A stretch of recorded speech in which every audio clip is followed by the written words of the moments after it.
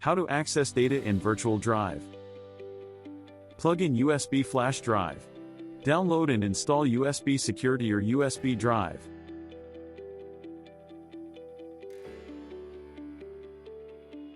Run the application directly after installation.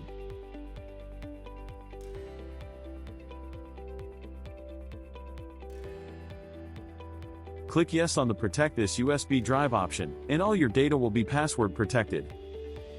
Set and confirm a password for your USB drive.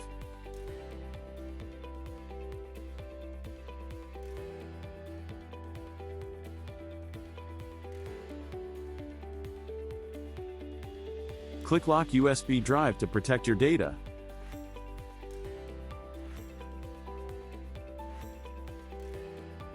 Click on the Select/Unselect button to choose the desired files, and then click on the Unlock button to proceed.